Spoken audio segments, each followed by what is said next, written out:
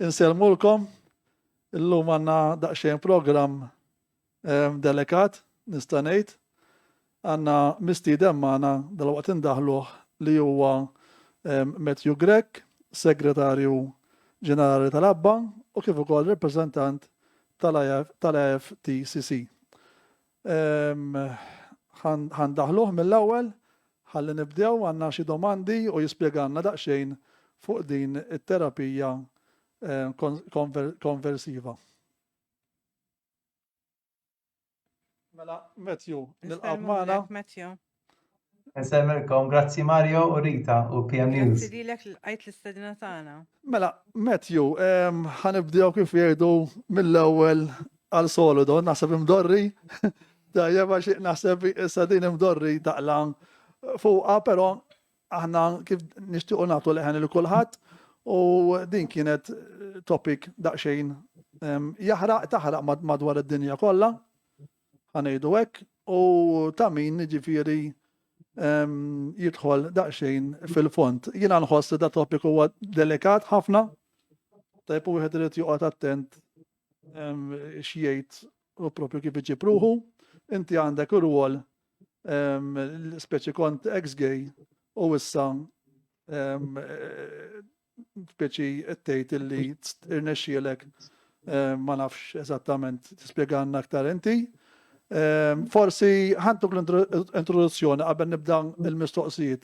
Speċi għejdinna daqsxejn dwarek u dit-terapija bewtu ieħor kif għajnitek lilek ngħidu hekk. Mela, l-ewwel Mario, jiena m'għamilt l-ebda terapija ta' konverżjoni essaċ l-esperjenza apparti li ma naqbilx mat-terminu terapija ta' konverżjoni bl-Ingliż conversion therapy. Però ħanibda xejn kif saqsejtni inti dwar l-istorja tiegħi. Fil-qosor, jiena għamilt żmien forsi bħala teenager, ħanitkellem fuq it-teenage years tiegħi fil-bidu ta' teenage years.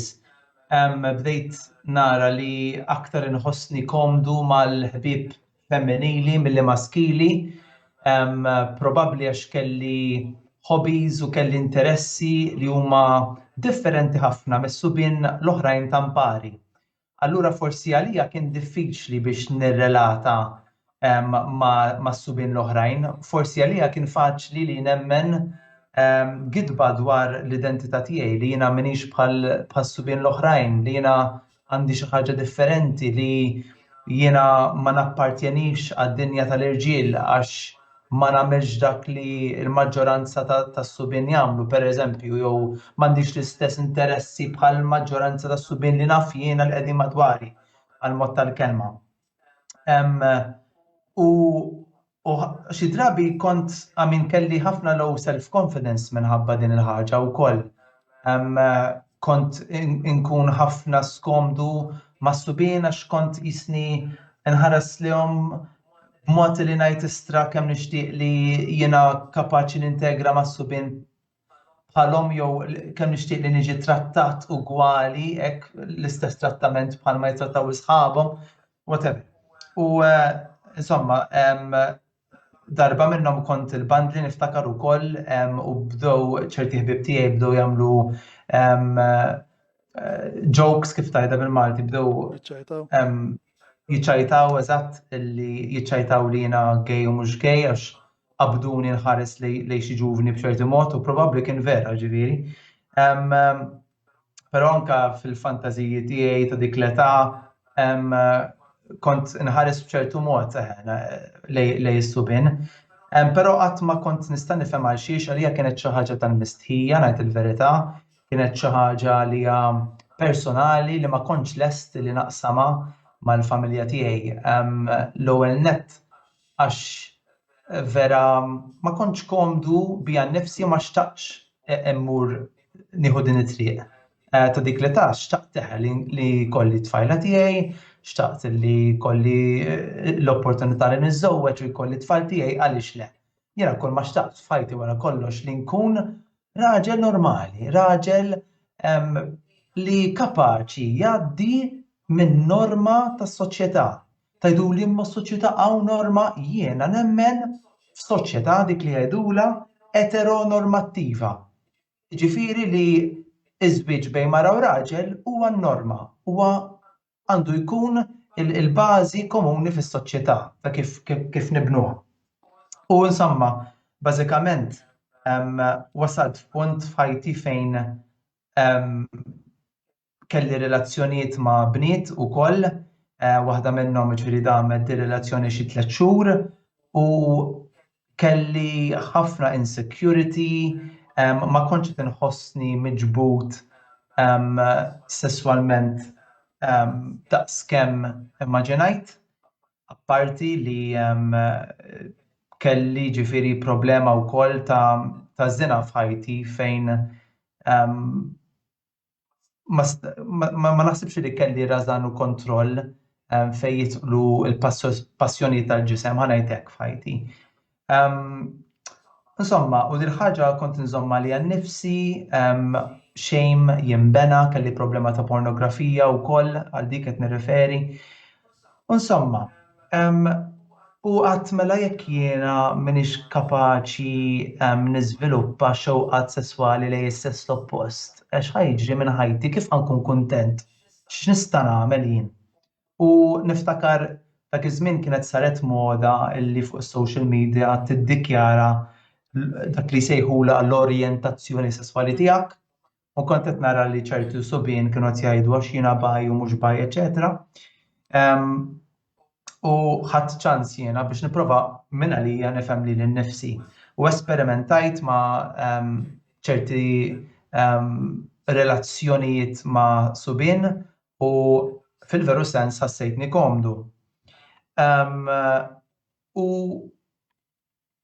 insomma, u minn hemmhekk niftakar ġifieri mbagħad kont mort Londra u Londra kelli relazzjoni, dħalt f'relazzjoni ma' raġel li damet xi sena u nofs u kienet l-ewwel relazzjoni serja tiegħi ġifieri. U alright, kont kuntent li sibt persuna f'ħajti, però xorta kienet xi ħaġa li jiena mhux qed niċċelebraħħa.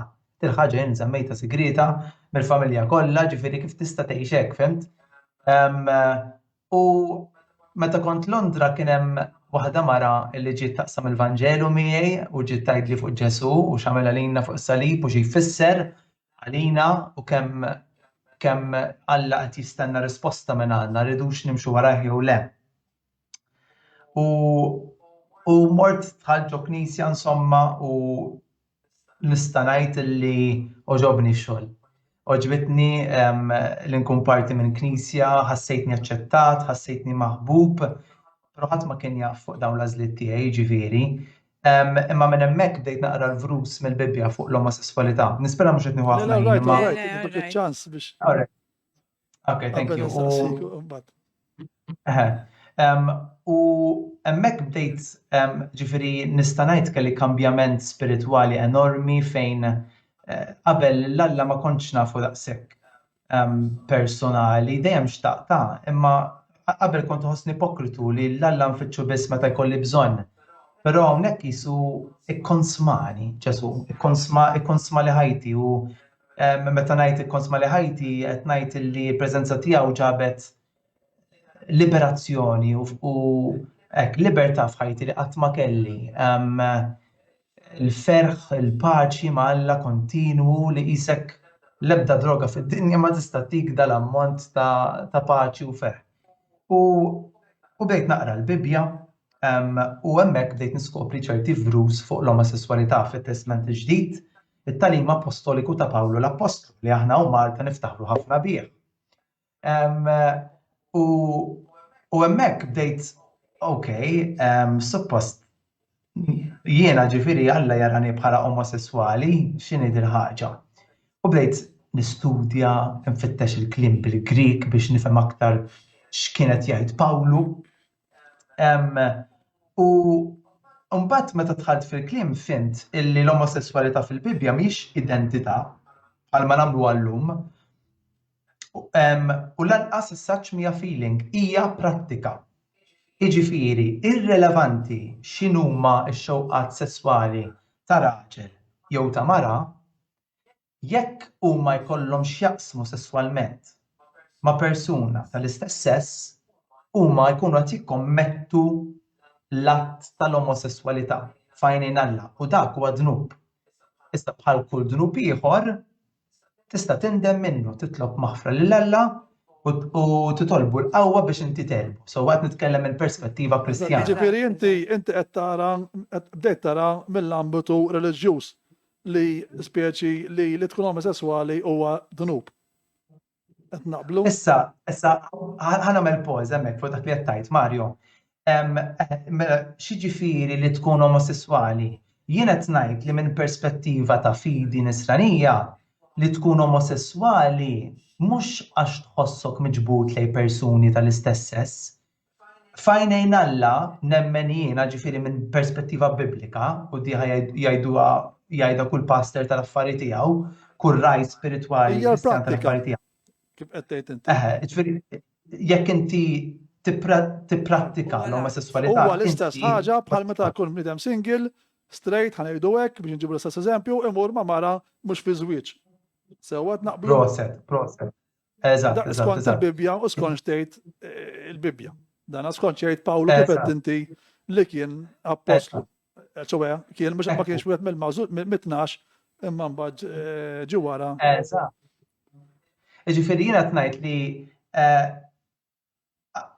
il-mulej iħobb il-persuna imma Alla mhux kollox jgħaddi. Dan huwa il-Vanġelu bażiku li d-dnub titindem minnu. U d-dnub mhux biss tal-omosessualità, hemm l-adulterju, hemm is-sess qabel iż-żwieġ li l-Bibja sejjaħlu żina jew fornikazzjoni, hemm it-tqasqis, hemm lejra, hemm il-korla, hemm is-sokor, ġifieri dawk kollha huma affarijiet tal-ġisem, hemm il tal-ġisem. Ġifieri allura tibqa' l-mistoqsija ma l-Bibja tgħid xi ħaġa fuq ix-xewqat lejn l-istess sess. Fir-Rumani, fl-ittra li Pawlu kien bagħat lir-Rumani li qiegħda fit-Testament il-Ġdid, jagħmilha ċara li dawn ix-xewqat huma bla ġieħ. U li xorta ma jagħtux glorja lil Alla, ġifieri aħna nemmnu li bħala Kristjani mhux biss għandna ma nipprattikawx l-omosessualità, però min għandu dawn ix-xewqat jeħtieġ illi jingħata għajnuna li tgħinu biex jilħaq il-goals tiegħu fil-ħajja, mhux bniedem ġust tgħidlu ma sax tagħmilha daqshekk. Orrejt imma istasirx, ġifieri jiena bil-fors single, ma jistax ikolli familja bħal ħadd ieħor. Nemmen li l-Vanġelu l-Alla li naqdi jiena jagħtik it-tama sħiħa li tista' wkoll tibni familja. Il-problema illi hawn Malta ibbenjajna dik li huma jsejħula terapija ta' konverżjoni.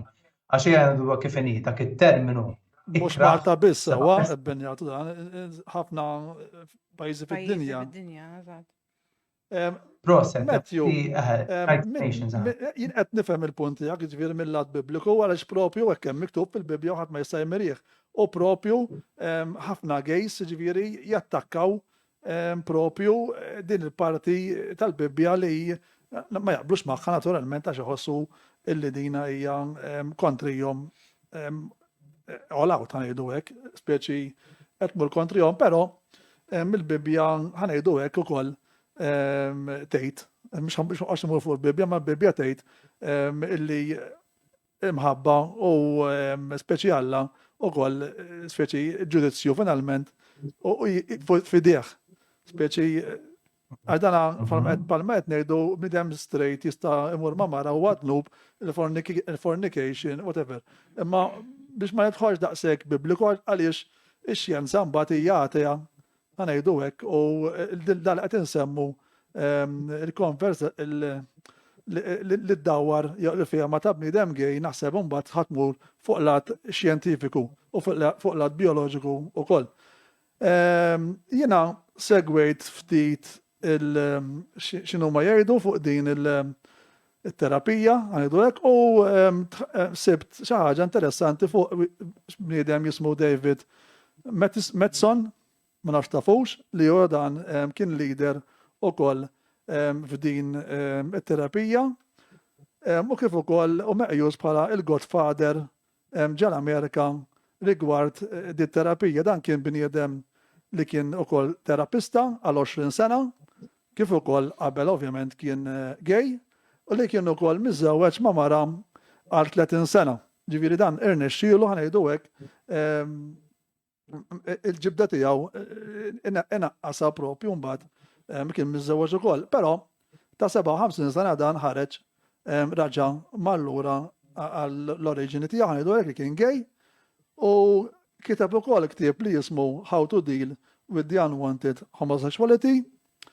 Tajjeb, u dan meta raġa' mar gay speċi lura għal dak li kien qabel qal kemm kien żbaljat meta kien jaħseb propju li Alla huwa kontra l-gays u li tkun gay hija xi tip ta' xi patoloġija jew inkella disordni u huwa propju jirreġetta dan kollu.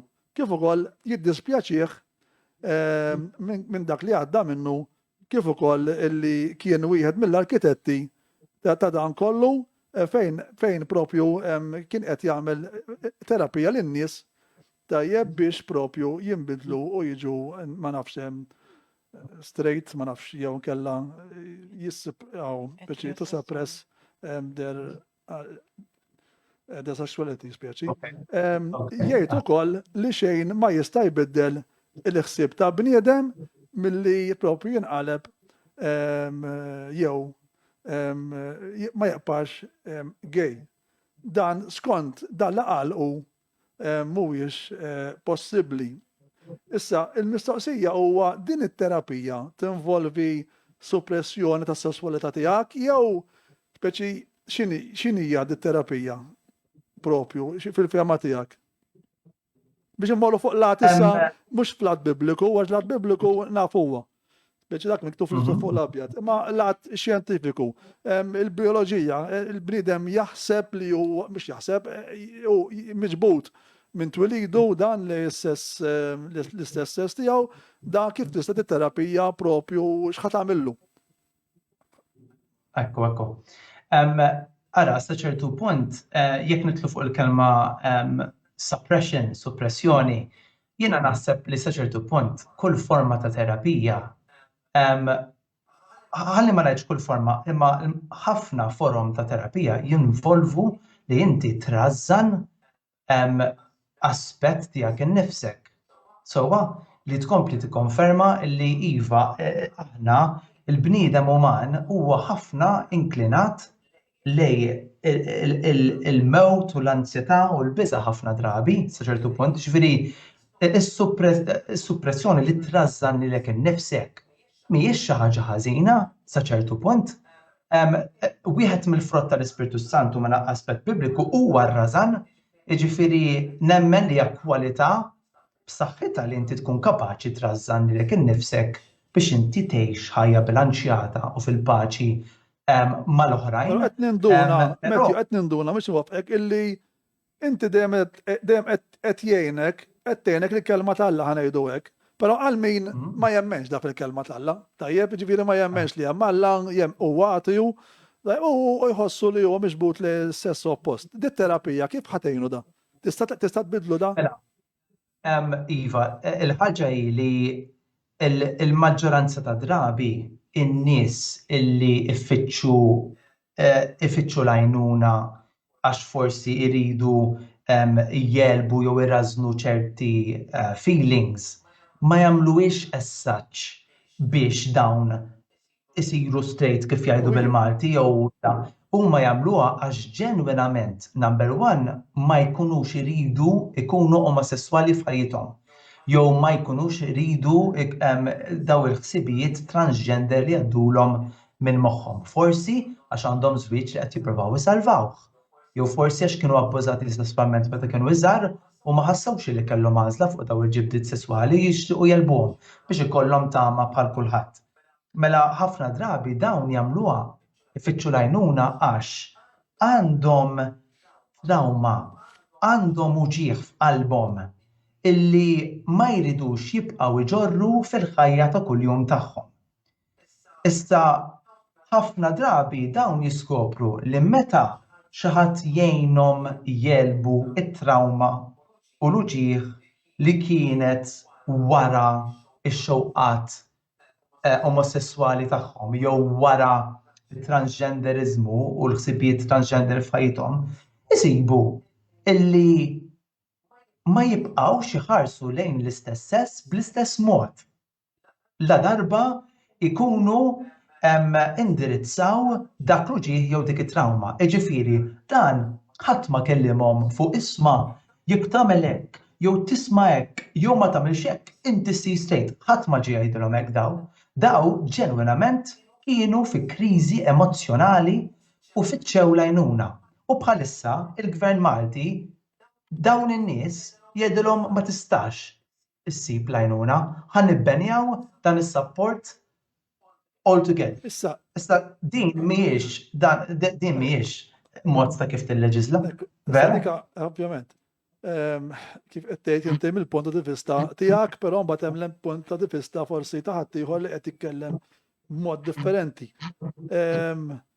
Kien hemm nies speċi iskont dan ukoll David, insomma, li ħadu din it-terapija li kellhom ukoll ħsibijiet li neħu ħajjithom bidejhom għax propju bdew jaħsbu li tkun gej hija xi ħaġa ħażina u hemm bżonn li titranġa, mbagħad forsi ma rnexxilhomx u spoċi bdew kellhom dan ħsibijiet ukoll li huma taw suwiċidju, ġifieri qatt ma naslu sem ma ngħidu hekk għax huwa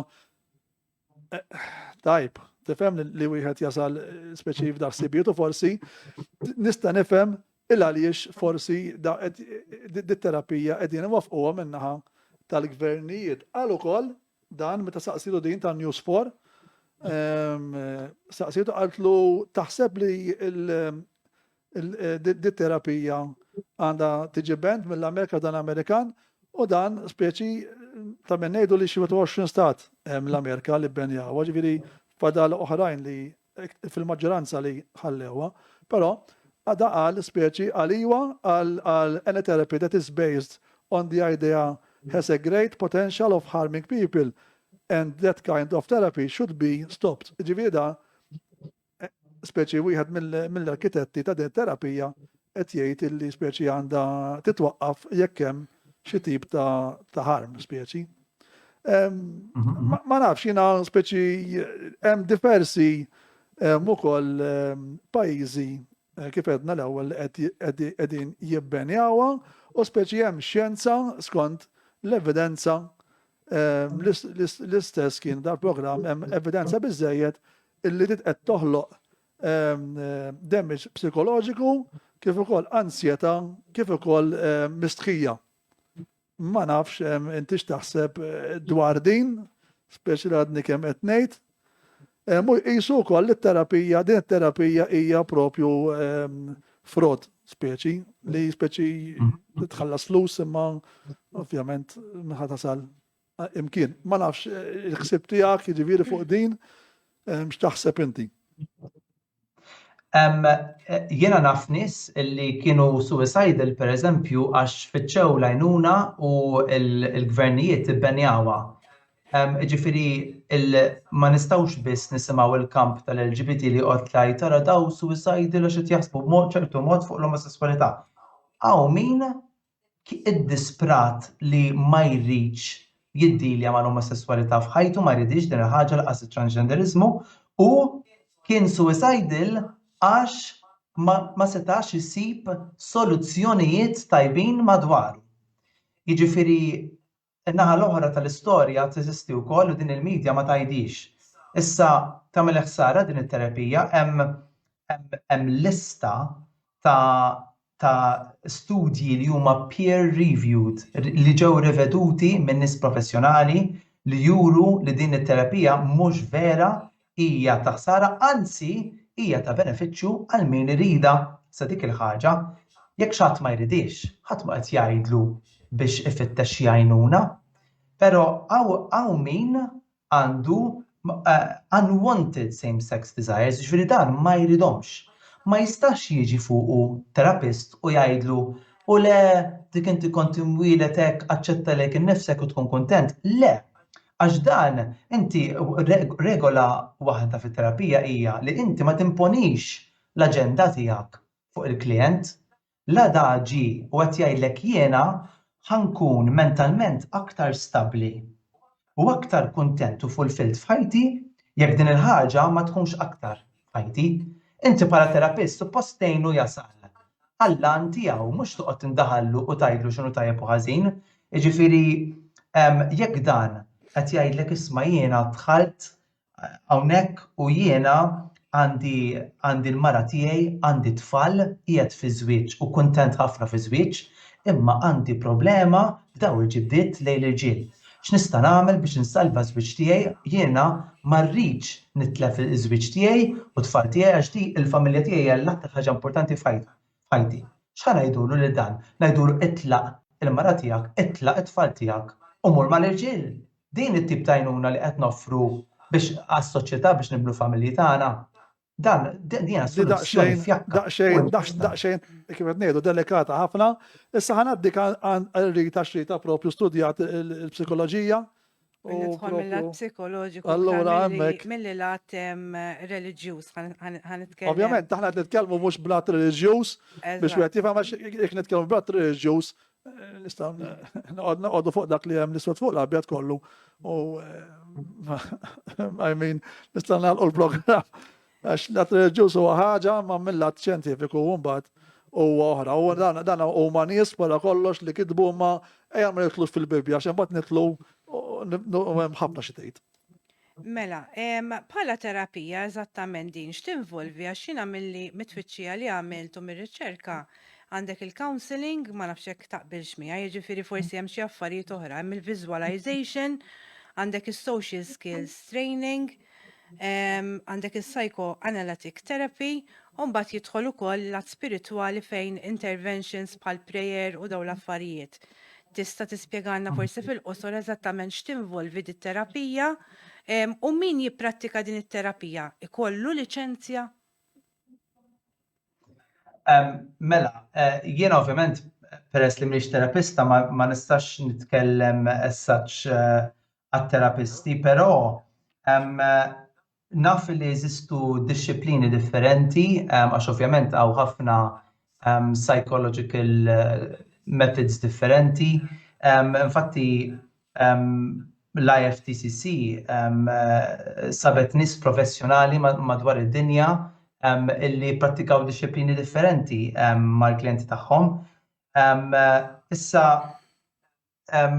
il-metodi differenti ġeneralment l-ewwel nett regola waħda hija li l-ebda aversive methods jgħidulhom bl-Ingliż, jiġifieri l-ebda terapija li hija etika m'għandha tinvolvi xi tip ta' ħsar l-ewwel qabel kollox. Jiġifieri jiena l-ewwel wieħed inkun li nikkundanna forom li xi darba kienu prattikati li m'għadhomx jiġu prattikati ta' corrective rape jew affarijiet bħal dawn li huma unheard of, fint, jew li inti toqgħod tara ċerti stampi perversi biex tikkorreġi xi ħaġa, dal-affarijiet huma assurdi u m'għandhomx ikollhom post fis-soċjetà tagħna.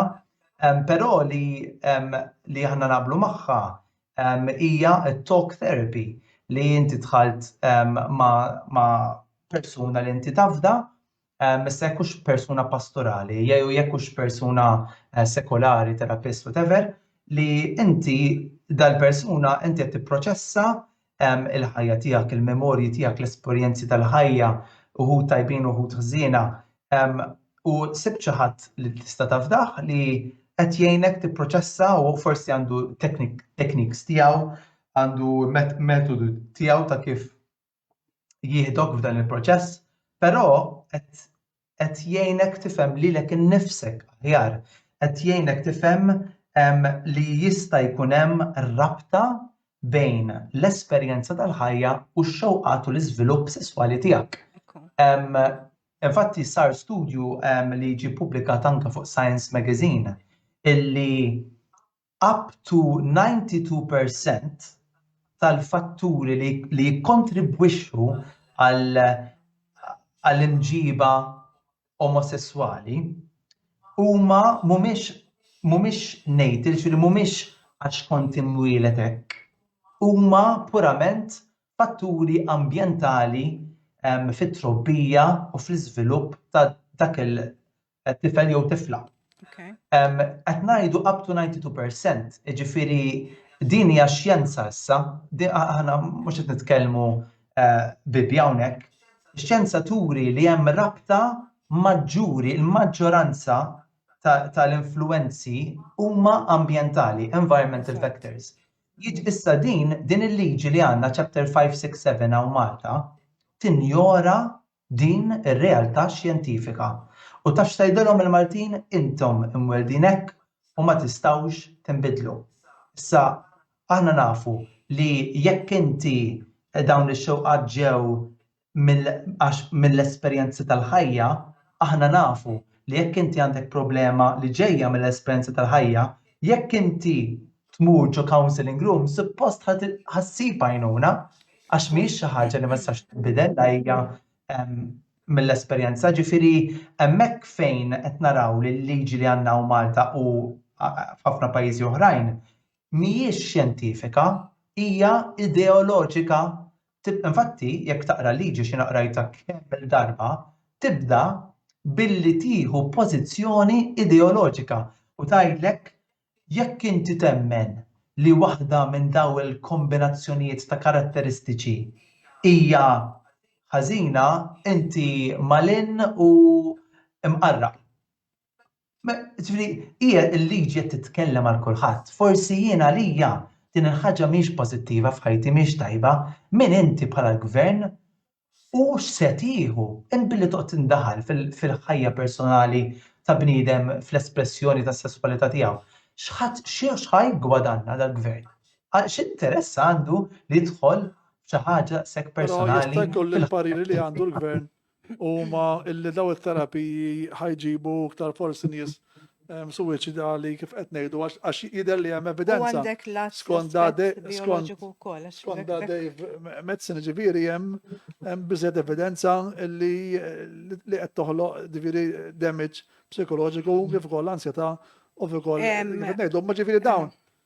Ħafna drabi, ħanajlek Mario, ħafna drabi li ma jgħidulekx dawn in-nies li min pereżempju min jinstab li huwa suicidal waqt li titkellem fuq is-same-sex attractions tiegħu, jidħol ġol counseling session tiegħu diġà suicidal mhux għax dak il-counseling ġabu suicidal, jidħol diġà għax l-esperjenza tal-ħajja tiegħu ġabbitu li kontempla l-suicidju.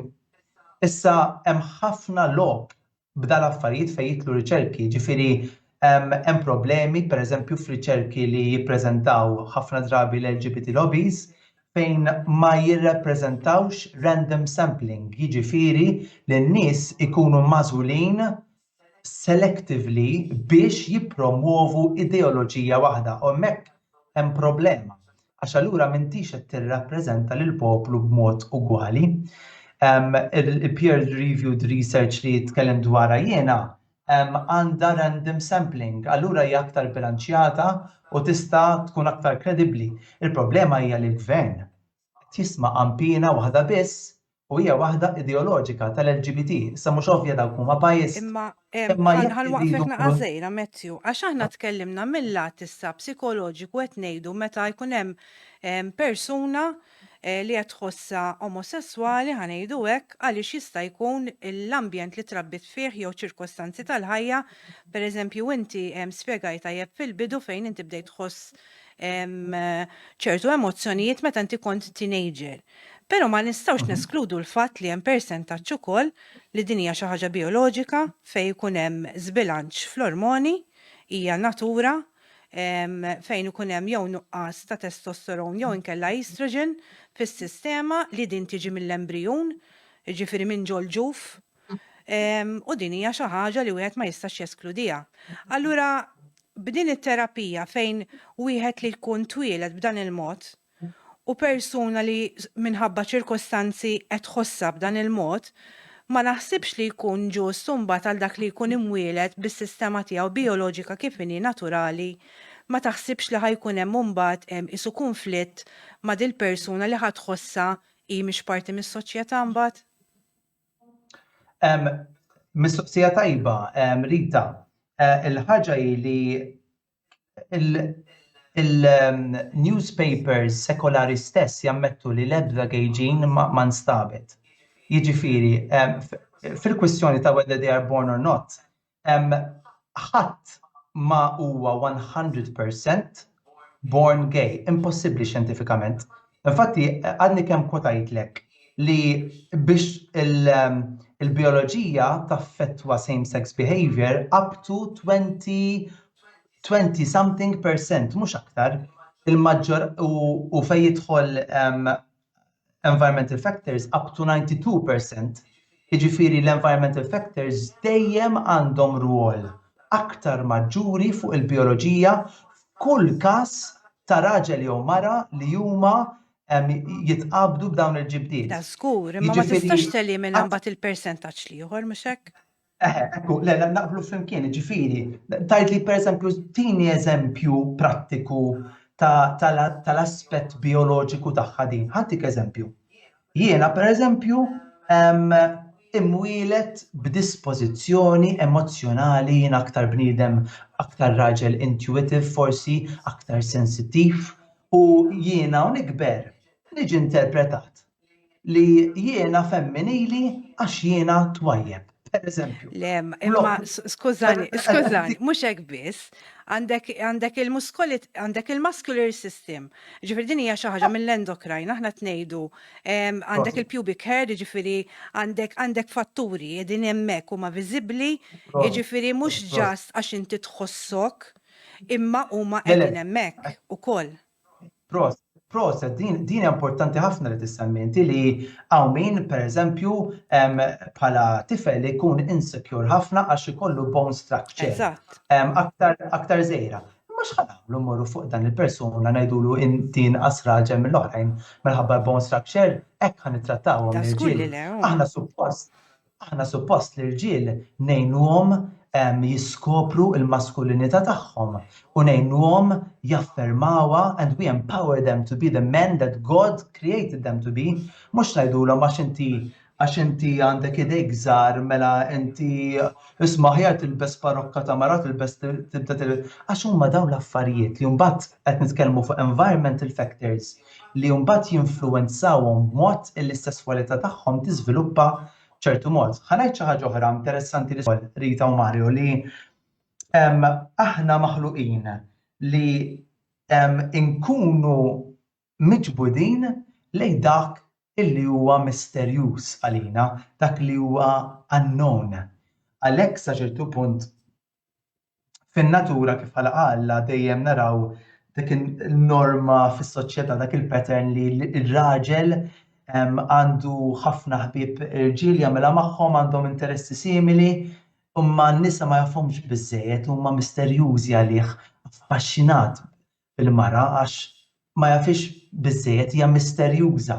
U n-natura ġiet mibnija b'mod li aħna nkunu miġbudin dak li huwa misterjuż.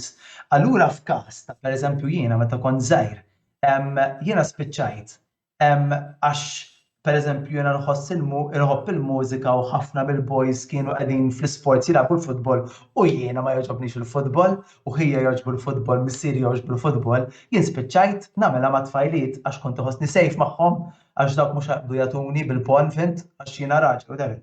Allura spiċċajt l-irġiel nixtieq nikkonnettja magħhom, nixtieq nibbondja magħhom biex inkun bħal boys.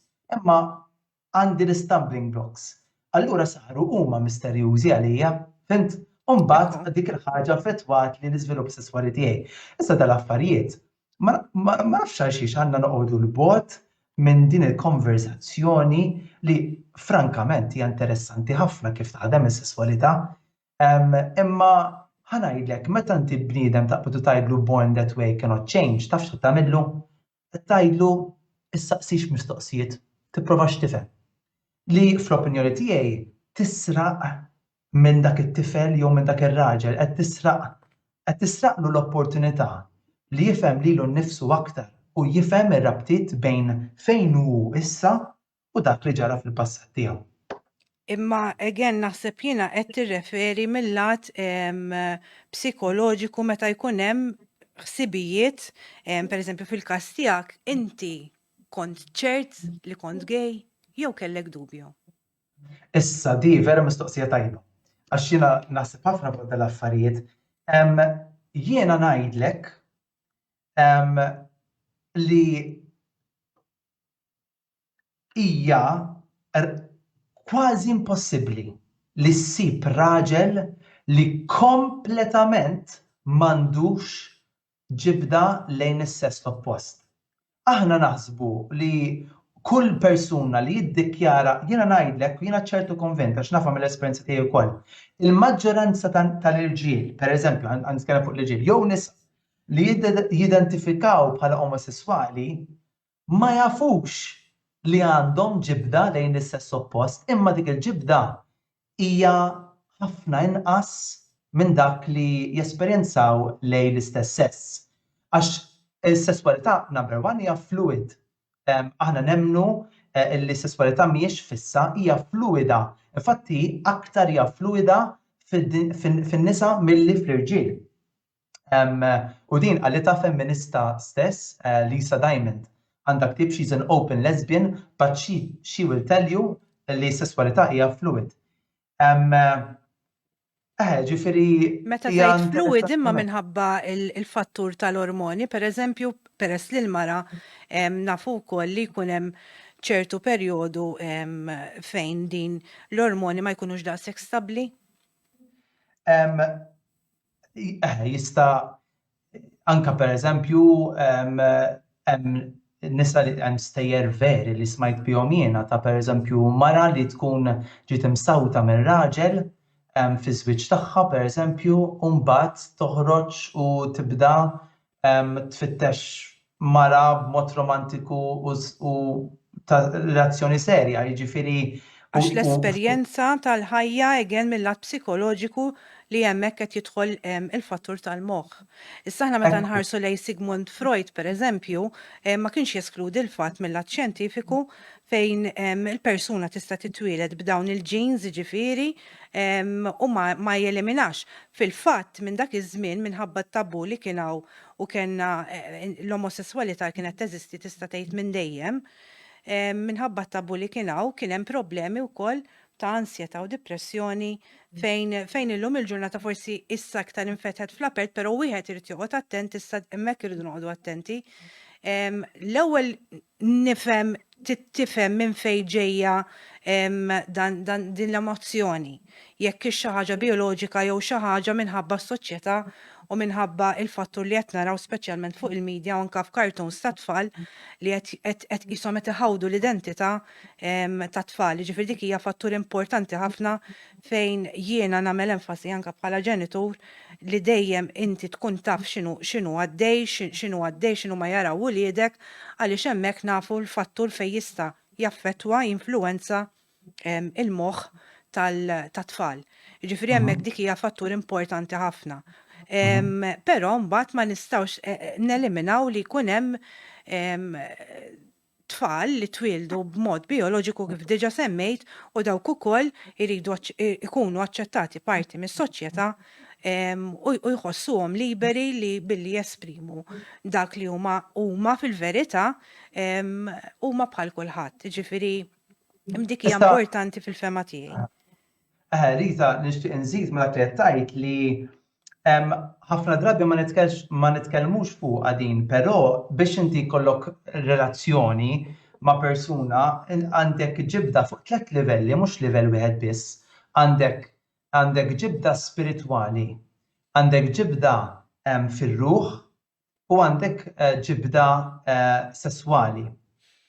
Jiġifieri raġel illi iħossu miġbud sesswalment lejn raġel ma jistax jgħid li mhuwiex miġbud lejn mara kompletament għaliex għax hu jista' jkun l-ewwel qabel kollox miġbud lejn mara b'mod spiritwali, mela dik hija ġibda spiritwali. Jista' jkun miġbud lejn mara meta jara l-mod ta' kif taħseb, jgħid wow kemm intelligenti, meta jara il-mod ta' kif tħenna l-oħrajn jgħid wow issa hekk l-emozzjonijiet tagħha vera sbieħet mara.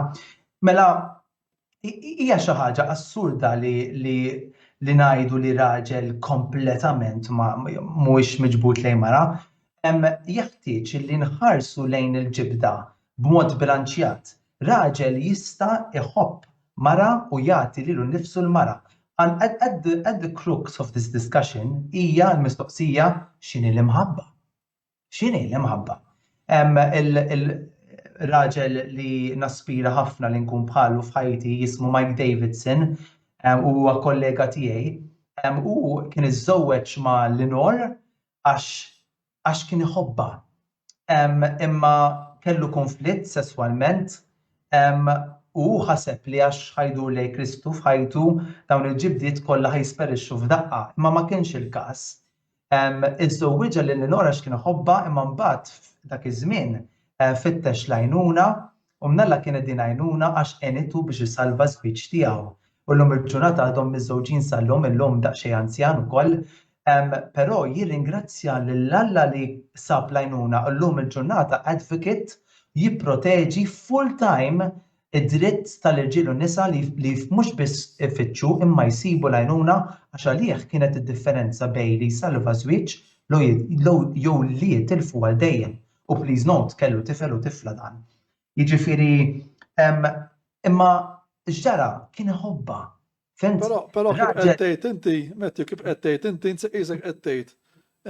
Jien għandi ħabba tiegħi u nħobba bħala ħabba tiegħi, imma mbagħad x'inniġ biex norqod magħha m'għandix ma jkollix il-xewqa li mmissa ħanejdu hekk. Imma kif qed tgħid inti dik tista' tkun forma ta' relazzjoni. Tista' tkun forma ta' relazzjoni għedu kif inhi.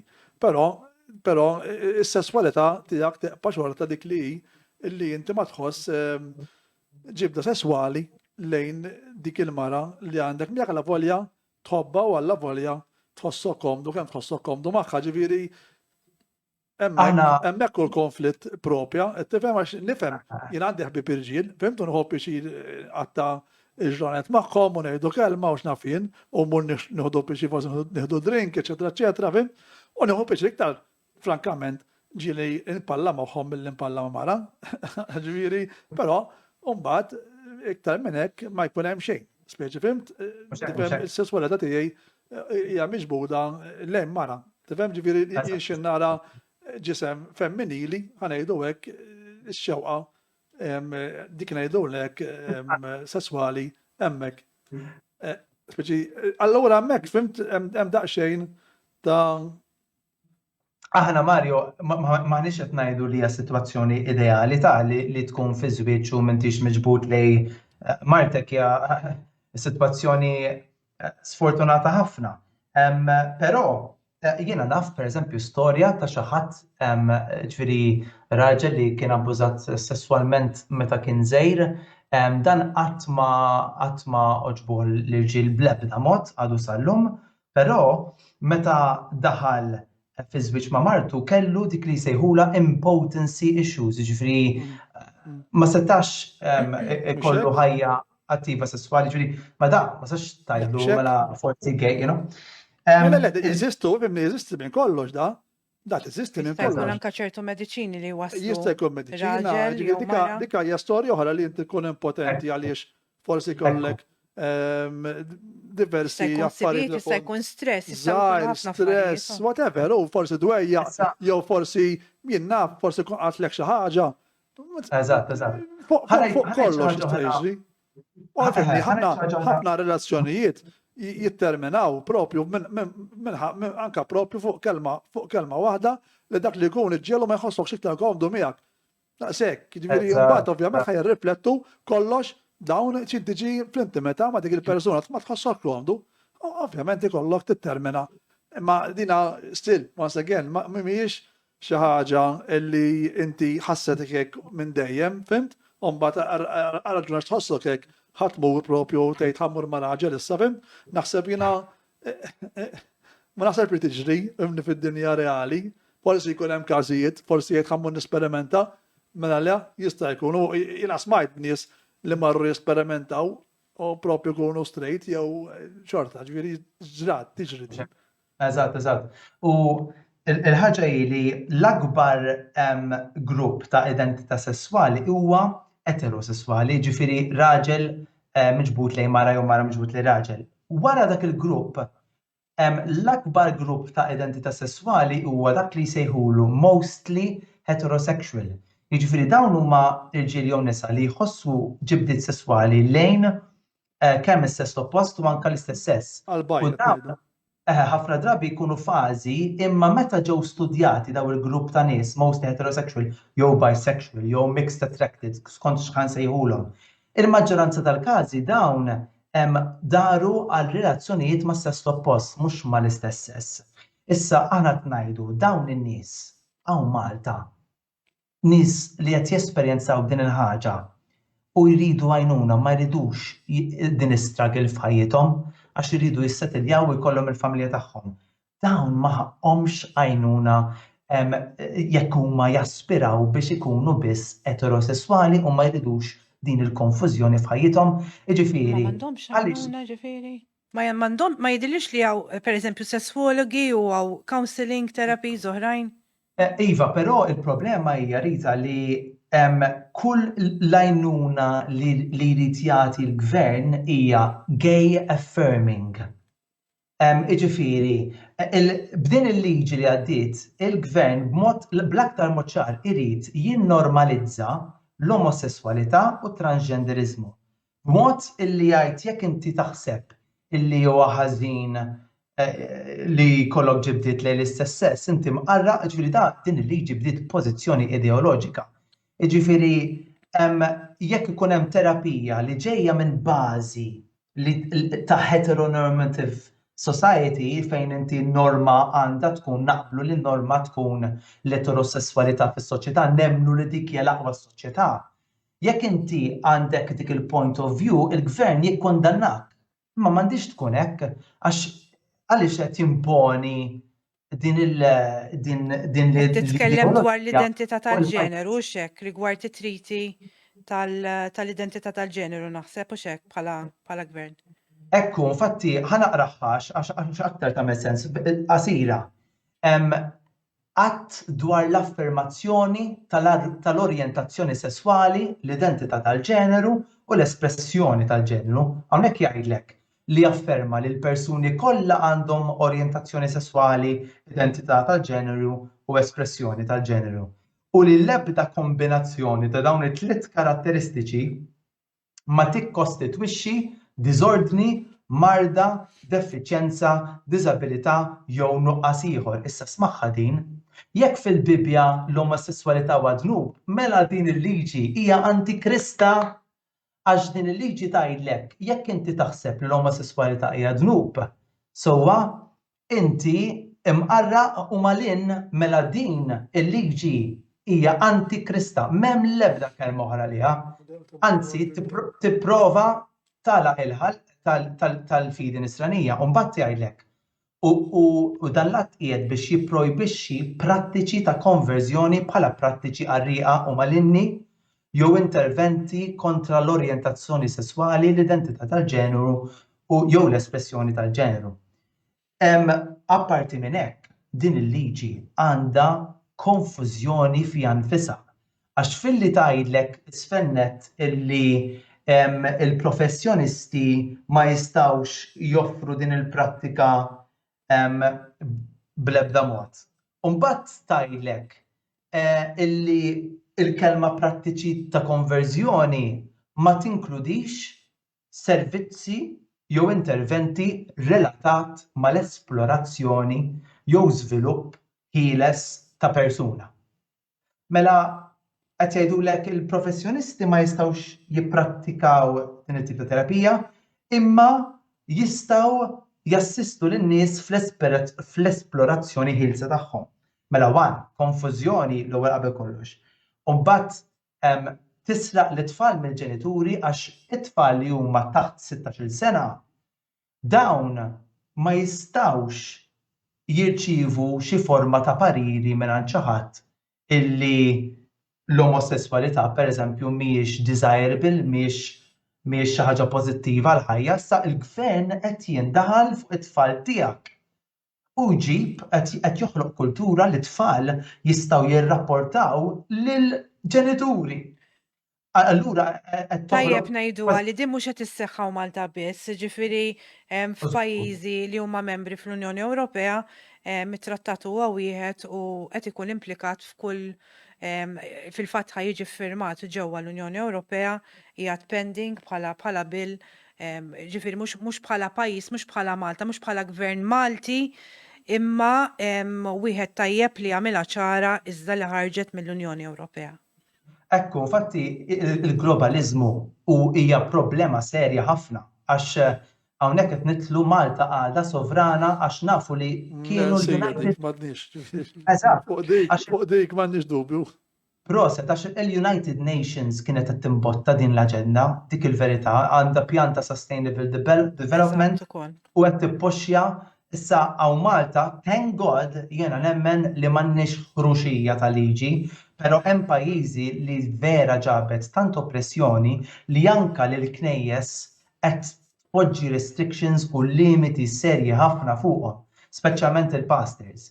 Ġifieri jiena konċernat ħafna fuq l-aspett ta' din il-liġi fejn l-under 16s ma tistax tmisshom f'din il-ħaġa. Ġifieri għalija qisu istat qed jieħu over. Il-konfużjoni ġa tkellimt fuqha u anke l-professjonisti ovvjament li din taqta' qalb lill-professjonisti milli jiggwidaw lin-nies b'ċertu mod għax min ara l-liġi sew jaf tajt u x'tistax ma tagħmilx. Infatti, il-liġi tippermetti li inti tirċievi din l-għajnuna b'mod volontarju. Jiġifieri jekk inti sforzat, aħna l-ewwel qed naqblu li xi ħadd li huwa sforzat biex jagħmel xi ħaġa qatt mi tajba. Jiġifieri tisforza persuna dik all right. Jekk nirregolaw b'dak il-mod, all right, naqblu. Imma li xi ħadd jekk volontarjament irida minn rajh, dik okay. Mela hemmhekk kontradizzjoni oħra, mela liġi tgħidlek aħna ma naqblux li inti tipprova trażżan dawn ix-xewqat għax huma malinni u qarrieqa. Imma jekk inti minn rajk trida tista' tagħmel. Mela din il-liġi pastazata fl-opinjoni tiegħi u nibda ngħid għal xiex imma għamluha b'dan il-mod u toqgħod tgħid għax dawn suppost nies intelligenti li huma wara din il-liġi, imma nemmen li qiegħda hemmhekk biex tiskoraġġixxi soċjetà fejn li hija eteronormattiva. Qed tiċċellenġja l-pedament tas-soċjetà tagħna u anke tiskoraġġixxi lill-ġurnalisti li jidħlu jindegaw fuq dan is-suġġett għax jibdew jgħidulek le ma dik ma tistax titkellem fuqha ta'. Allura mbagħad ovvjament kontra l-freedom of speech. Imma eżatt għandna libertà tal-kelma mhux hekk jiġifieri aħna nitkellmu fuqha u nibqgħu nitkellmu fuqha u nibqgħu nistiednu eżatt. Nagħtu spazju tal-LGBTIQ mhux problema ta' xejn. Nagħtu spazju kulħadd eżatt biex wieħed jesprimi. Idejat hemm diversi, jiena għandi idejat tiegħi, Rita għandha tagħha, anti għandek idejat tiegħek. Importanti li jkun hemm diskussjonijiet bħal dawn biex in-nisem barra jisimgħu iż-żewġ naħat mhux naħa waħda biss, imma l-informazzjoni toħroġ kollha minn kull imkien. Din hija topic delikat ħafna u jiena kif qed tinduna qed noqgħod lura anke ħafna kif nikkommenta raġuni li ma rridx nagħti miżinformazzjoni u jkun hemm xi ħadd hemm barra forsi jkunu ħossu tajjeb u forsi jħossu ħażin b'xi kliem nistgħu qed ngħidu. Li ma weġġew il-ħadd mhux hekk. Ma tweġġa' l-ħadd. Aħna mhux l-intenzjoni li nweġġew il-ħadd, anzi li nuru li hemm min jgħin. Ġifieri. Ovvjament ma naqblux, mhux ma naqblux, ma din il-gender neutral xettika bħala terapija, jiena nitkellem mod onest. Bħala terapija anke jiena xettiku ħafna minn dak li smajtu, minn dak li qrajt. Xettiku imma għaliex tkellimt u kif spjegajt tajjeb meta tidħol mill-lat bioloġiku għax kieku lat psikoloġiku nifhem u jista' jkun ukoll għax il-moħħ għadhom jistudjaw fuq u għadu ħadd ma jaf eżatt il-moħħ huwa xi ħaġa sorprendenti mill-kapaċitajiet tiegħu bħala uman. Jiġifieri mill-lat psikoloġiku jista' jkun hemm kundizzjonijiet kif semmejna li wieħed jien naf tkun għaddejja sitwazzjoni fil-ħajja li inti sek tħossok mitluf imma mbagħad ikollok ċertu gwida professjonali dejjem fejn wieħed qed jgħinek. Però mbagħad mill-aspett ieħor bioloġiku fejn jkun hemm hormonal imbalance, dik hija mbagħad xi ħaġa differenti li isek fimtu jiena ma nitfax il-kulħadd f'keffa waħda. Ġifieri that's my point of view.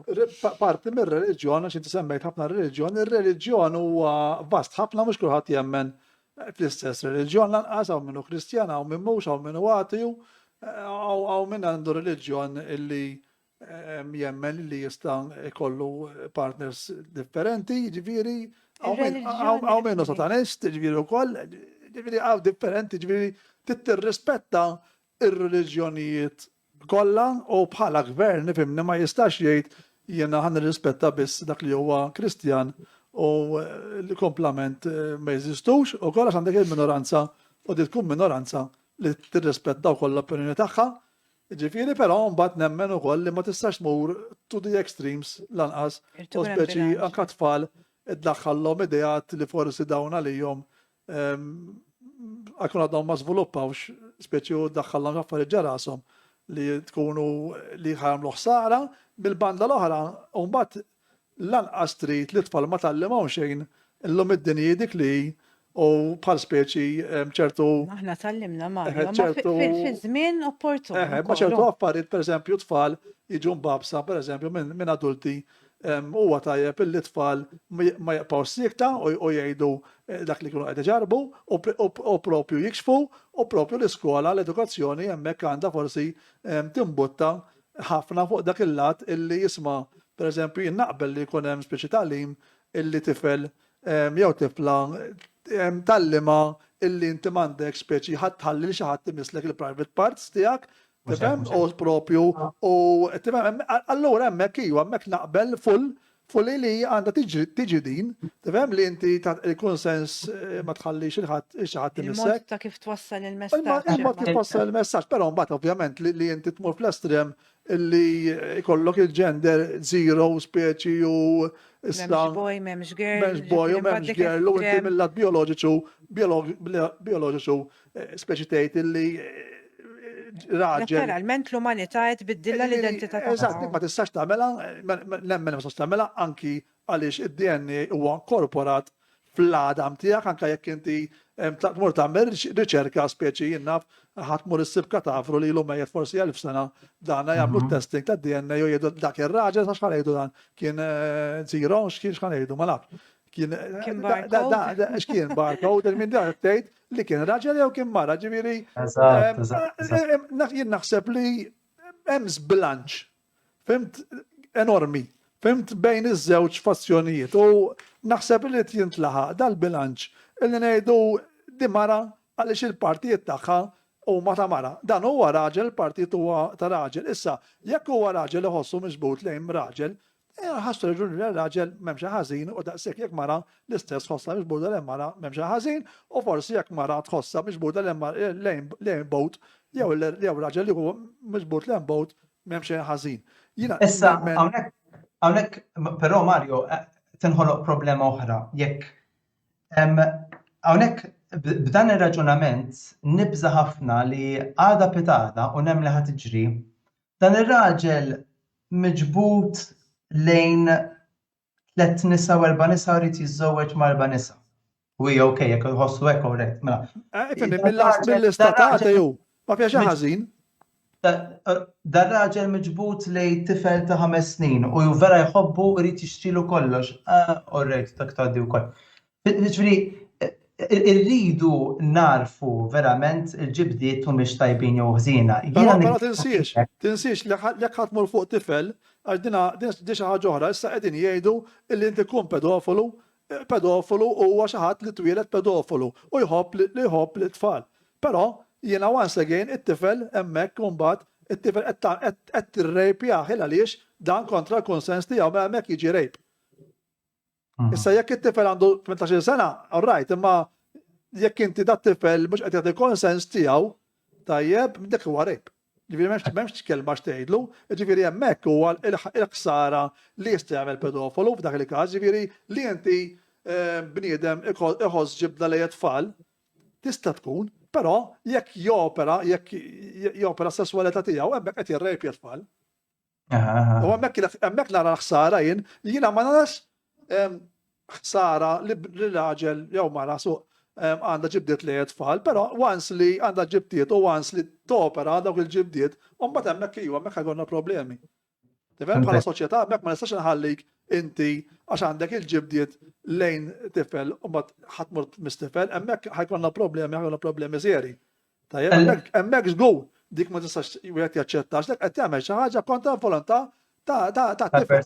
U ovvjament da ħatfottilu ħajtu, jiena naf irġiel illum li dawn kienu imbabsa propju minn qassisin, tajjeb, u ġifieri propju dawn kienu 3 qassisin ġa l-istess konvent, kombinazzjoni kienu 3 qassisin l-istess konvent, dana babsu ta' 8 snin, kellu penetrattiva ġifieri ta' 8 snin, ġifieri daqqas kien jaf, għalkemm illum dan iħoss ġibdiet li huma lejn nisa xorta għandu dawn problemi ta' impotenza ħanejdu hekk ma' mara li għaliex da il-ħsara li saritlu mentalment ma tistax issewwielu kemm kif ġibu laħaq, tifhem għal kellu teorija u terapiji diversi ma' ħafna psikjatri u hekk, speċi xorta l-ħsara teqpa, dan bħal meta jkollok vażun tkissru u toqgħod taqdu bil-gloj.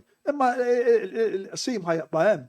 Ġifieri li inti pedofolu f'dal każ imiss tifel, tajjeb l-ħsara li qed jagħmlu dat tifel hija irrevokabbli, ma tistax tirranġa. Tista' tista' jieħu terapija u tajjeb jieħu terapija, tajjeb però l-ħsara tkun saritlu. Tifhem, ġifieri dan ħajsiba u mbagħad la jikber. Sfortunatament dak kellu jsib propju fejn post li kellu jgħinuh propju dan spiċċa ukoll hemmhekk speċi sfruttat u rrejpjata dik il-kelma eżatta. U dawna tisma' l-istejjer li bida jgħidli tajjeb iġġib għajnek wara wednek u għastemmen li jistaw jisiru ġifieri dawn l-affarijiet minn adulti fuq tfal ta' ġifieri da kienu jlibsuh ta' tifla, tifhem ġal-parties u da il-każ kien il-qorti ġifieri mhux qed ngħid xi żikrijiet għaliex imbagħad ovvjament dawn għaddewhom spiċċaw insomma Mont Carmel dawn qassisin u insomma ġifieri da każ jitkellem miegħi kien speċi kien jidher, fimt? Tħossu dal-persuna, fimt? Ġifieri jiena imħawwad, fimt? F'ħafna fimt xi niġi ma' mara ma nkunx qiegħed komdu, fimt? Ġifieri hemmhekk nista' nifhem anke forsi dik li qed tgħid inti illi mbagħad da jħossu ma jkunx jaf qiegħed propju għaliex jibda jħossu forsi mixbut ukoll anke l-irġiel minħabba l-fatt li kien għadu żgħir u speċi din-esperjenza ġifieri. U Mario, sa ċertu punt dak mhux jien qed ngħidu, dak ix-xjenza qalet sa if we go back to the hormonal imbalance argument, dak huwa ovvjament aspett bioloġiku, ma mix-xjenza li tkellimt dwarha jiena tistgħu tarawha mid-2019 fuq Science Magazine qiegħda online din, kulħadd jista' jaraha. Waħedha l-hormonal imbalance ma tistax tiddetermina l-imġiba lejn l-istess sess mingħajr fatturi ambjentali li jikkontribwixxu aktar minn dak il-hormonal imbalance għal dak it-tip ta' ġir. Jiġifieri jien niggarantilek li fis-sens is-sistema edukazzjoni bħalissa ma titkellimx lanqas biss tikkalkola sa fejn naf jiena il-fatturi ambjentali fejn jidħol l-iżvilupp sesswali ta' persuna li kieku jibdew jekknoleġjawha din il-liġi kollha taqa' għax jekk hemm fatturi ambjentali allura hemm bżonn li noffru għajnuna għal dawn in-nies li ma jridux, min irida għandu dritt jekk irida ħadd ma jwafqu imma l-gvern iwaffqek milli taċċessa l-għajnuna jekk ma tridix. U ma jistax fatturi ambjentali, tajjeb ħanġibu eżempju. Tajjeb forsi dan huwa eżempju klassiku ħanejdu hekk li qajjem ħafna kontroversja wara kollox. Għandek żewġ irġiel sewa u dawna adattaw tifel pereżempju, tifel dal-każ. U dawn dat tifel speċi qed jikber f'dal ambjent taqla qed jara żewġ irġiel sewa bħalhom hum issieru. Ġifieri inti qed tgħid jew inkella qed taħseb illi dat tifel la jikber ġewwa jibda jħoss il-ġibda sesswali ħajbda jara ħajkollu dawn kif taqbad tgħid dal-ambjent li jgħix fih ħajkkondizzjonah b'xi mod? Dak li qed ngħidu jew għax Le, żgur, għax inti kull tifel u kull tifla għandhom bżonnijiet naturali. Per eżempju, kan nitkellmu fuq it-tifla għandha bżonn li timbondja ma' omma u li tara lill-omma bħala role model biex tikber u tajt wow, irid inkun mara. Fimt? Għandha bżonn tikkonnettja ma' missiera u tajt wow, istra raġel, kważi tiffansjaha l-missiera l-bidu tajt ta' tifla żgħira ċkejkna ħelwa tajt jekk ikolli boyfriend nixtieq ikun bħal missiera vera right, vera kind, vera jagħmel għalija, jħobbni, jipproteġini, wow, joġobni nixtieq ikolli raġelek tajt it-tifla. Issa dak il-proċess jista' jiġi interrupted. Bħal pereżempju. Dawn huwa fatturi ambjentali kif qed tgħid inti li jista' ma nafx jien. Ġifieri m'iniex psikologu u ġifieri Jiena ma nafx ġifieri x'jista' jiena intervistajt. Mhejx tajjin u ma nafx tgħix. Ħanajda, jiena intervistajt il-fuq minn 30 persuna li ħarġu mill-omosessualità u mit-transgenderizmu. U dejjem smajt patterns simili ħafna fejn jidħlu fatturi ambjentali. Qegħdin fuq X Out Loud għandna YouTube platform nieħu gost immens nisma' l-istejjer tagħhom għax fl-istess ħin nisma' d-batija tagħhom. Qegħdin ngħixu f'soċjetà fejn il-familja hija nafuha din. L-om detached mit-tfal, il-missier ukoll, long hours of work, childcare, inqas ħin bejn tfal u l-ġenituri, dawn l-affarijiet jaffettwaw l-iżvilupp sesswali ta' tfal, mhux impilli jgħidu. Kważi il-sistema kif inhi bħalissa mibnija biex toħloq din il-konfużjoni. Tifel, pereżempju, il-tifel differenti minn tifla, tifel joħroġ minn ġuf ommu. Jibqa' għandu bond partikolari mal-omm għax għamel il-conception sħiħa tiegħu ġol ġuf tal-omm. L-omm iħossa sew, iħobba għax kien f'ommu. Imma dan kif ħajaraf li hu maskili? Mela t-tifel għandu bżonn jagħmel detachment minn mal-omm biex jikkonnettja sew ma' missieru. Issa dak il-proċess jista' jiġi interrupted. Kif? L-omm tkun overprotective. Tridu għalija. L-omm ma tafdax lil-żewġa għax huwa aggressiv ħafna. Trid tipproteġih. Dan it-tifel kif ħajsib role model f'ħajtu? Biex jikber san, irid jaraf missieru role model biex jgħid jiena meta nikber irid inkun raġel. Hija tajjeb li tkun raġel għax jekk tkun raġel tkun bħal missieri. U jekk il-koppja tkun separata, Matthew? Żgur. Jekk il-koppja tkun separata. M'għandhomx il-min jaraw it-tfal, allura daw ħajħossuhom omosessuali jew ħajbidlu. Mela, qatt mija formula sewwa Rita mistoqsija tajba. Qatt mija formula jiena naf nies illi għaddew minn esperjenzi simili u kellhom outcomes differenti. Għaliex? Għax kull persuna jinternalizza l-esperjenza tal-ħajja b'mod differenti skont fatturi bioloġiċi wkoll tal-karattru tagħhom, id-dispożizzjoni tagħhom, eċetera, eċetera. Naf pereżempju tifel illi missieru warbu u għandu però miħux ma jistragiljax bl-omosessualità imma nista' niggarantilek jistragilja bid-droga u brabja u ma jistax jagħmel suċċess f'ħajtu. Ma jistax jissetilja, jaf li karattru tiegħu huwa mfotti, ġifieri l-uġigħ tiegħu ħareġ mod ieħor.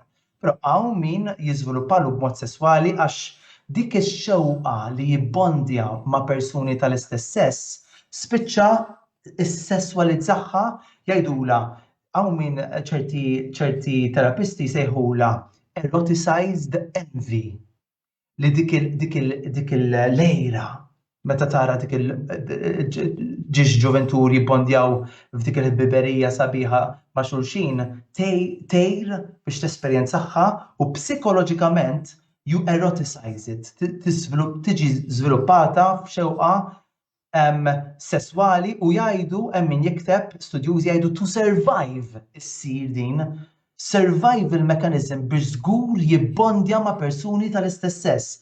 Jispiċċa psikoloġikament they eroticize it li hija xi ħaġa li tbellaħni fejn tidħol il-komplessità ta' kif il-moħħ jipproċessa l-esperjenza tal-ħajja. Taf kif imma pereżempju ħanispiċċa b'dal-eżempju ta' li wieħed mill-favoriti tiegħi. Tfajla fl-Ingilterra jisimha Libby Littlewood kont intervistajta li din tilfet l-omma għax omma mietet bil-kanser u di daħlilha f'moħħha li jekk ħadd tikber u tgħix bħala mara, din ħajġrila l-istess ħaġa li ġrala omma. U skoprit it-transgenderizmu fuq l-internet u iffissat li trid tgħix ta' raġel ma tridx tgħix ta' mara u bdew jinkoraġġuha biex tieħu l-hormones biex testosteron biex trabbi l-leħja u jekk kont taraħħa di laqqas kont tkun taf li hija mara. Tant kemm inbidlet fil-forma tagħha. Imbagħad waslet f'punt fejn femet x'kienet jiġrila u mnalla ma ħaditx ma għamlitx is-surgery, kienet qed tikkontempla li tagħmel is-surgery, imnalla ma għamlitix għax wara xi regretted li kienet tieħu l-hormones. U mbagħad jekk jogħġbok insecurity galore, ansjetà galore biex din tagħti dak li kien jibqala bħala leħja fuq wiċċha. Għax issa qed tgħix bħala mara imma sakemm saret stabbli fl-identità tagħha bħala mara, ansjeta ħafna fuq kif tidher ħin kollu tagħmel il-makeup, imma jiena nidher okej, mhux qed tidher l-leħja u ansjeta enormi. Jiġifieri dawn id-dottrini tat-transgenderizmu jagħmlu ħsara vera. Meta tara tisma' stejjer ta' detransitioners li they regret transgenderism u jgħaddu minn trauma doppja mela l-ewwel jgħidulhom aqta' ġismek biex tkun kuntent. U mbagħad jagħmluha u jiskopru li dik il-ħaġa ma ġibilhomx il-kuntentezza vera u jgħaddu minn transition regret. Infatti jsejħulhom detransitioners. Din taqta' minn ġiex naħata ġifieri. Għax inti qed taraħħa mill-punt di vista tiegħek, nimmaġina li dawk li huma fl-LGBTIQ ġifieri qed ħajarawha mill-punt di vista tagħhom ġifieri. U kull każ huwa differenti. Kull każ huwa differenti, ma nistax naqbdu ngħidu x'inti semmejt ħafna każi ovvjament minn naħa tiegħek forsi minn nies li forsi naf għaw Tqajt magħhom u qasmu l-esperjenzi tagħhom, però mbagħad hemm nies oħrajn. Hemm nies oħrajn li għandhom esperjenzi differenti u jiena ħanejlek. Dak kull punt Mario Rita li n-nies għandhom esperjenzi differenti fuq din il-ħaġa u m'għandux ikun il-gvern illi jiddettalhom kif jaħsbu, dak kull punt aħna jiena lill-persuni l-oħrajn nagħtihom id-dritt illi ifittxu l-għajnuna, isibu l-għajnuna. U jiena mhux qed nostakolhom kull ma tritlob illi issa ġbin mhux tiġi għandi tgħidli ma tistax taħsibha b'dak il-mod u ma tistax m'għandekx xans biex tkun kuntent f'ħajtek għax allura qed naġixxu b'mod ta' cancel culture li Issa jiena l-iktar ħaġa li għandna problema din ifhimni mhux fuq it-terapija li ħadi ħassir prattika nafu aħna anke droga. Ġifieri minn li tisiba xorta jsiba, ġifieri ħassir prattika issa forsi illegali, mhux diġà illegali, imma ħassir prattika li forsi dak li jkun jibda jmur forsi li jagħmilha bħalma qed tgħid inti u xorta jagħmilha u xorta jmur għand nies forsi ma jkunux speċjalizzati fuq din ħaġa, ma nafx jien ma nafx jekk hemm xi nies speċjalizzati wara kollox u liċenzjati bħalma qed tgħid inti, imur forsi u jfittex nies li mhux propju għandhom it-tagħlim ħanejdu hekk biex jagħmlu il-ħaġa jagħmluha u speċi jiġu għar u jispiċċaw dawn ġifieri biex jikkommettu xi ħaġa ħażina jew oħra. Ma ġifieri kultant tifhimni kultant meta tissupprixxi xi ħaġa tispiċċa dak li jkun xorta jkun qed jagħmilha u jagħmilha b'mod illegali u jmur f'postijiet li mhumiex idoni propju jagħmilha. Għalkemm mill-banda l-oħra nifhem mbagħad li l-gvern illi jew li min qed jagħmel illegali illi qed jagħmel illegali minħabba ħafna nies bħal dal-każ bħalma qed ngħid da David li kien propju wieħed minn tal-bidu li propju ħareġ bit-teorija li llum speċi ħareġ u jirrigreti speċi da bid-moħħ fajn jgħid illi speċi din kienet ħaġa ħażina u kondizjonat l ħajtu u speċi kellu anku ġifieri attakki ta' suwiċidju ġifieri Kif taqbad tgħid? Il-ħaġa Tant hija vaga dil-ħaġa illi mhix ma tistax issolvija billi tgħid ejja nħalluha open u Bid-diskussjoni, ħadd jagħmel li jrid, fimt? Għax u- għandha l-aspett tagħha the dark side, tifhem? U għaw viewpoint discrimination u koll dik il-verità, ġifiri, jekk inti għandek il-gvern u kull ma għandu dipartiment tal-LGBT fej jidħol is-sessualità, mu bilanċjat xej, għax inti suppost trid tisma' advisors li qegħdin fin-naħa l-oħra tal-spektrum għax inkella ħajinħoloq żbilanċ. Il-ħaġa hi li l-verità hija li din il-liġi jekk inti trid tfittex l-għajnuna b'mod volontarju u qed tirċevija Malta, il-liġi tippermetti għal dak. U mhux hekk biss, il-liġi tippermetti lil professjonist li jagħtiha din l-għajnuna u Malta diment li mhux qed jisforza u mhux qed jimponi. Jekk xi ħadd qed jesplora lilu nnifsu b'mod ħieles, dik il-liġi stess jekk taqrawha tippermetti biex żgur nkissru id-disinformation li hemm barra.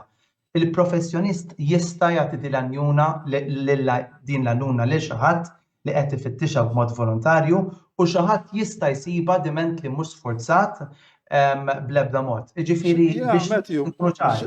Xi ħaġa li forsi ma nafx mhux qed naqbel miegħek hija illi iddaħlu l-aspett reliġjuż. Għaliex mhux kulħadd huwa reliġjuż ngħidu hekk. U jekk tindirizza l-ħaġa jekk qatt tmur fuq bniedem tgħidlu smax mill-Bibja tgħidlek illi din hija hekk, din hija hekk, naħseb hemmhekk tkun qed titlef ħafna nies għaliex mhux kulħadd għandu l-istess twemmin. Jekk din hija tista' hija terapija u tista' min nafx hemm xi ħaġa bħala terapija. Not as a religion. Eżatt, għamilha bħala uman u mhux bħala reliġjon. Min irid iddaħħal ir-reliġjon u mbagħad stali li jdaħħal ir-reliġjon. Jiena li qed ngħid li m'hemm l-ebda liġi li m'għandix reliġjon warajha. Impossibbli. Mela kull liġi tirrappreżenta xi tip ta' moralità. Issa ir-reliġjon diġà qiegħda fil-politika, ir-reliġjon daħlet f'kull liġi Maltija. Jien nara problema, Jien nara problema kbira li konna reliġjon wara kull liġi. Jien għalija kull stat għandu jkun għatju 100% fis-sens bħala biex jifforma liġijiet. Anke l-ateizmu hija reliġjon. L-ateizmu jgħalmek illi Alla ma jeżistix bħala stat ma jridx ħares lejn reliġjon u joħroġ il-liġijiet minn fuq reliġjon għax għafimni kikun daħlu narġaw il-Bibja bla xak mandamenti u bil-kastigi tal xak mandamenti kollha. Nifmek Mario, però ħanajdlek, jekk mhux ħajkun il-Kristjaneżmu li ħanibnu s-soċjetà fuqu, bil-fors reliġjon oħra ħatiħu postu ma jeżistix ambjent neutrali fejn jidħol il-moralità, impossibbli. Jekk inti trid l-ateizmu li jidħol minn fuq il-Kristjaneżmu, mela allura kull liġi ħadd tirrifletti r-realtà li Alla ma jeżistix, li sopranaturali ma jeżistix u li l-bniedem issawwa Alla jekk inti tneħħi l-Alla bħala l-moral giver tas-soċjetà, inti poġġejt lill-bniedem bħala Alla. Dik hija l-verità. Issa l-mistoqsija hija il-bniedem kapaċi jkun Alla, jiena nista' ngħidlek le u le. Jiena aktar il-liġijiet qed ngħid, jiena bħala formola bħala kif tifformala l-liġijiet qed ngħid, m'għandekx tifforma liġijiet għabbażi fuq reliġjon. Għax fimni kieku l-ewwel nettaw ma nafx kemm reliġjon, xi 60 reliġjon differenti għaw Malta. Jekk tisma' kull reliġjon, imma jekk tisma' kull reliġjon. Kultura, nkella nispiċċaw bla kultura wkoll. Jiena Jekk ħadd elimina kollox aħna jiena għandi reliġjon tiegħi fimni naqbel ma kulħadd għandu reliġjon tiegħu, kulħadd għandu twemmin tiegħu, Alla ħares ma jkunx hekk, anzi all out ġifieri li nħalli l-freedom of speech fis-sens bħala n-nies kif jagħmlu fir-reliġjon tagħhom, Alla ħares ma jkunx hekk.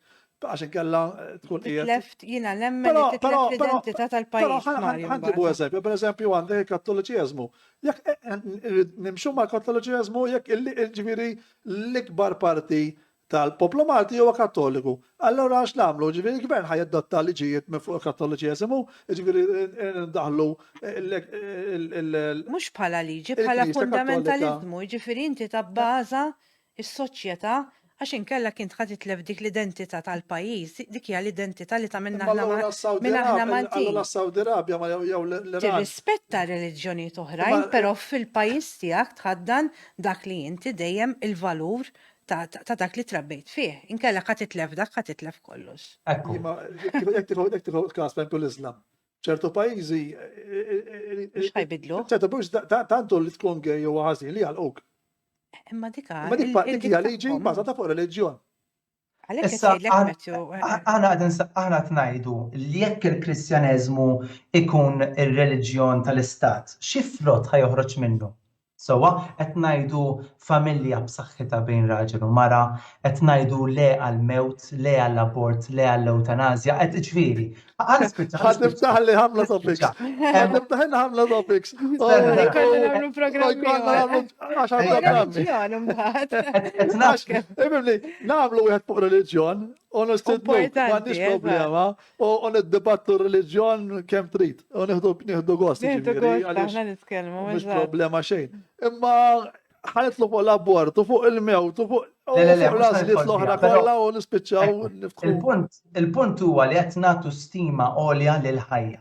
Issa jekk l-ateizmu impossibbli li l-istat ma jkollux reliġjon. Anke jekk ateizmu xorta reliġjon, mhux inbilli jgħidu aħna we don't want religion. Skuża. Skuża. Għax belief system ħatiġi minn flok dak ir-reliġjon żgur u dak il-belief system taf x'ħajamel ħajftaħ il-bib spalankat għal-mewt f'pajjiżna, żgur mhux forsi. Ifhimni, għax aħna mmorru dejjem l-estrim. Dejjem immorru l-estrim, pereżempju jiena naqbel li l-reliġjon jitneħħa mill-iskejjel kollha. Ma jaqpax reliġjon fl-iskejjel ġifieri, però mbagħad jidħol il-moralità. Diġà hemm l-oppożizzjoni. Ma reliġjon hija moralità. Għaliex tibża mill-kelma reliġjon? Fent? Għax inti għandek reliġjon diversi fil-klassi, illum għandek klassi għandek il-Musulmani, klassi fl-istess klassi għandek.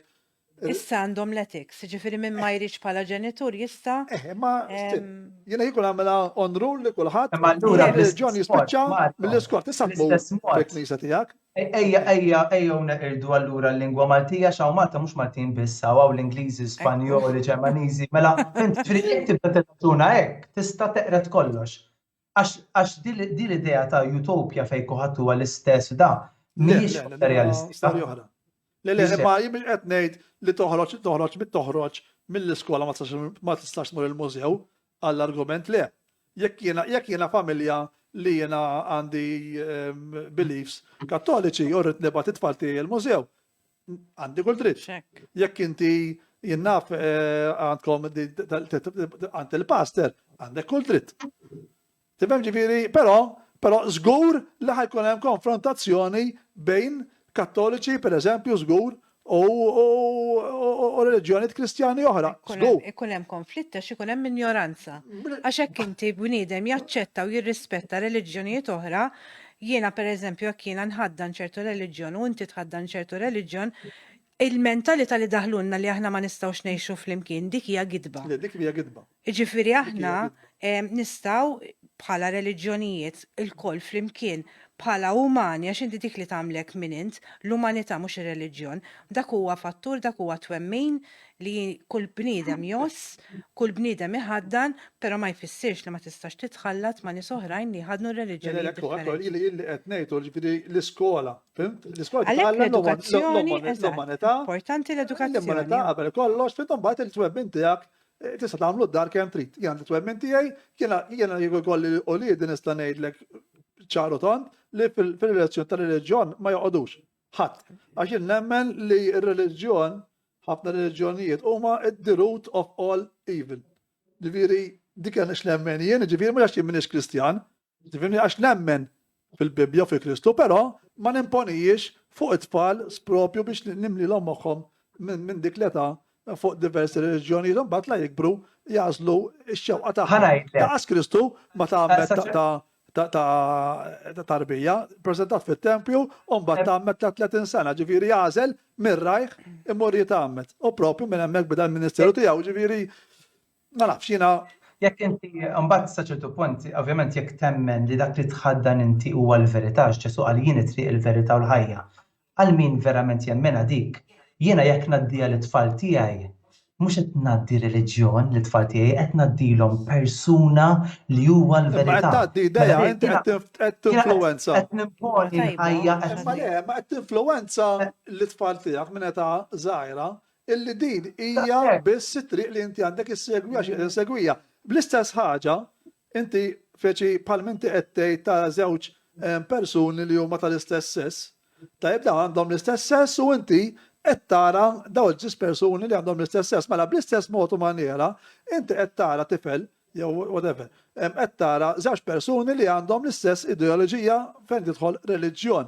Mela inti ħadd tiġi xi ftit ikkondizjonat, tista' tara pereżempju fil-familja Musulmana li daw it-tfal jisiru Musulmani, tista' tara familja Buddista dawn isiru Buddisti, u tista' tibqa' semmi kull reliġjon hekk. Kollha jekk it-tfal jiġu anke ħansemmuha jekk inti laburist u għamlu kummissarjak laburist, inti ħassel laburist. Iċ-ċans jew nazzjonalist ħassel nazzjonalist, ġifieri inti tiġi parti minn dak tribalizmu, it-tribu sħiħ tajjeb li għandna ħafna u Malta famużi għalih tribalizmu, tajjeb inti ħad tiġi parti minn dak tribu. Mingħajr inti ħaġa tikkondizjonat minn tfal. Dak huwa li jemma naqbex miegħu. Għalmenu għandhom għażla, xorta għandhom għażla li jbidlu rotta meta jkunu kbar, però jiena naħseb li għandna nifirħu għal fatt li l-ġenituri ħaqhom id-dritt li jinfluwenzaw it-tfal tagħhom għax huma il-prime educators ta' tfal tagħhom, mhux l-istat, il-ġenituri. Wara kollox jiena ma naqbex li ġenitur għandu jinfluwenza it-tfal tiegħu sija fuq reliġjon u sija fuq politika. Però jiena dik ma naqbex magħha, żgur li kiena kelli tfal fuq reliġjon fuq politika ma nikellimhomx. Inħallihom jażlu huma. La jikbru jażlu. Imma jekk inti tkellimhom, jekk inti ħataqbad il-Bibja u taqralhom il-Bibja, dawn la jikbru, dawn xi jikbru, dawn da żgur ħajibdew jagħmlu. Ma jridu jkunu jafu dawn mhux joħorġu barra jisimgħu l-kelma Bibja ma jafux x'inhi. Għax intom qed tarawhom mill-aspett pożittiv. Imma jekk jiena pereżempju nħaddan reliġjon li mhuwiex Kristjan, tipa nġibu hekk, huwa satanista. Jiena nemmen fis-satanizmu, urid it-tfal tiegħi jsiru bħali. Tifhem x'qed ġifieri inti tfal tiegħek qed trabbihom minn dukun żgħar b'dik il-viżjoni li dak li huwa reliġjon, ġifieri għalhekk qed immur fuq reliġjoni ieħor. Però Mario, ma tistax tkun ġenitur mingħajr ma tinfluwenza l-tfal tiegħek. Jekk inti ma taqbilx li ġenitur jista' jinfluwenza t-tfal tiegħu, iġibx tfal għax ħajtek bħala ġenitur huwa li tinfluwenza l-tfal tiegħek. Issa tista' tkellimhom fuq moralità. Tista' tkellimhom fuq umanità, tista' tgħallimhom il-valuri oħrajn li għandhom x'jaqsmu mal-umanità, imma mbagħad li tgħidlu tifel isma' huwa jinnaf huwa dan huwa Alla jew dan huwa Alla, tiġi jiena ma nħoss li jiena ħadd speċi biex nagħmel id-dottrina fit-tfal. U nafu il-tfal ta' żgħira tajjeb jixorbu. People, jiena meta kon żgħir fir-reliġjon kont 98, 99, 100, kollha għidhom il-punti, qatt ma żied inqas minn 90, għalfejn. Għaliex kien xi ħaġa li hija affaxxjonali r-reliġjon, imma mużew, tisma' l-mużew, tisma' dak, tisma' l-ieħor, meta kbirt bdejt instaqsi. Fimt? U ovvjament inti titlaq minn punt fajtek. Tajjeb trid l-ewwel nett tgħid imma jiena qed nara l-Islam, qed nara din. Da, jekk jiena twilid familja Islam, jekk ħankun Islam, jekk jiena twilid familja. Ma xem ħażin fiha. Li Ma inti fija xejn ħażin fija, ma inti jekk inti mhux timponi fuq lidek, inti qed turi dak li hemm jeżisti biex meta jikbru jaslu huma. Tihom l-ikel li dawn ħajja l-ikel issa dawn ovvjament jekk inti tieħu l-ikel ħajkber.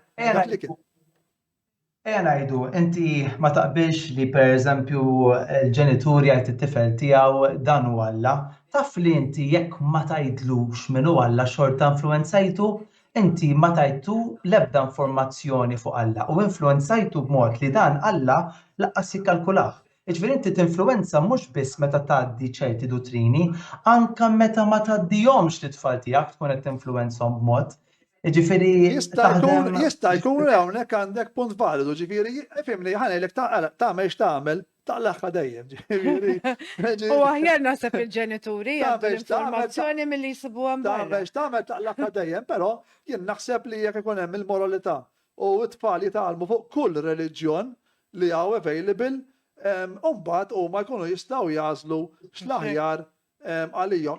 Vera forsi li tgħallimhom fuq kull reliġjon u mhuwiex faċli għaliex trid in-nies idoni, speċi u Malta għandna speċi nies ftit nies huma jafu fuq kull reliġjon.